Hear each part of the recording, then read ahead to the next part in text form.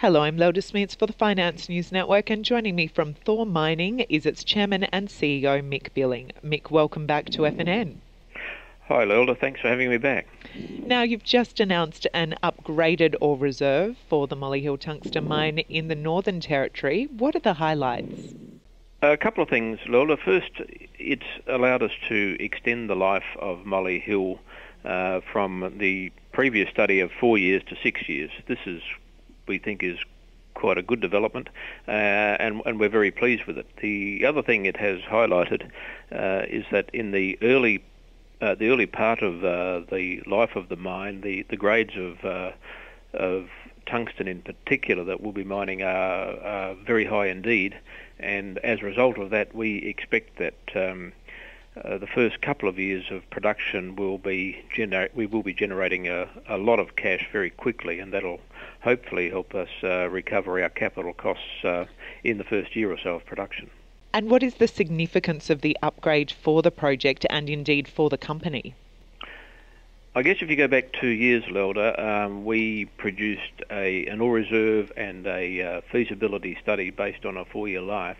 That was okay, but proved in the end too short a life and too short a period of profitable production to attract project finance.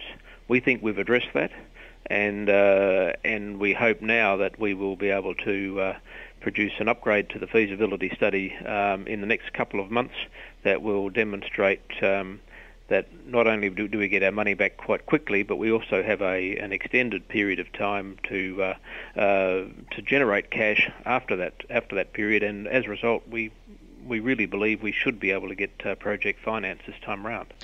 So, Mick, how does the revised reserve support your confidence in the project? We've always liked Molyhil, Lilda, even in the dark days when tungsten and molybdenum were unloved commodities. Nowadays, in particular, tungsten is quite well priced, and the outlook for it is strong. We've spent a lot of time in the last couple of years refining the parameters, doing some relatively innovative stuff to ensure that what we can do gives an optimum result. And I think we've been able to do that. I think we've now been able to demonstrate that this does work. Molyhil is going to be one of the cheaper to operate tungsten mines in the Western world. And we love it. So what are the next steps Thor Mining will take to accelerate the project, and what timelines do you envisage? The things that are now outstanding for Molyhil to bring it into development are basically an upgrade of the feasibility study. That requires we need to recost the capital expenditure program for the development. We did this a couple of years ago. We've made some changes, and those numbers are out of date. We've commissioned a study to upgrade those capital costs, and there will be some operating cost ramifications on some of the new plant we're putting in, and that work has to be done as well. So we'll be doing those things and hopefully producing a revised feasibility study on Molyhil by around the end of September, and after that we'll be going off to organise finance. Excellent. And what are Thor Mining's immediate priorities for the project, and how would you like to see it positioned by the end of this year?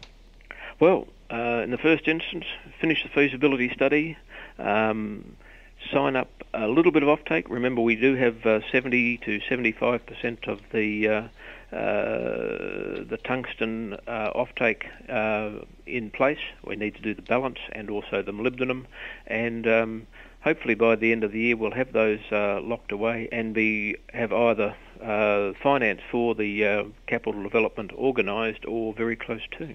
Great. And finally, Mick, Thor has also recently announced the acquisition of a tungsten project in the US.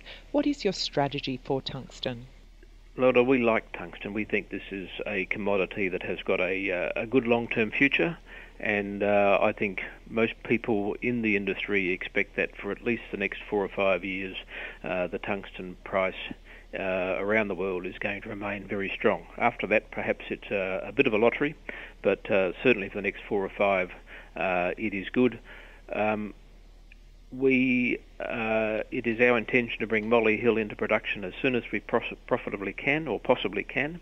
It is also our intention to, at the same time, commence doing the studies on Pilot Mountain to bring that into production, knowing that that is probably several years away because it is not quite as advanced. So our strategy as a tungsten company is to acquire good quality resources that have the potential to be low-cost producers. We think we've done that with Pilot Mountain. We believe we have it with Molyhil. We think we now have a resource inventory of greater than 30,000 tonnes of tungsten, and in a global scale, that's not a bad sort of number to have. Well, Mick Billing, thank you for the update from Thor Mining. Melda, thank you.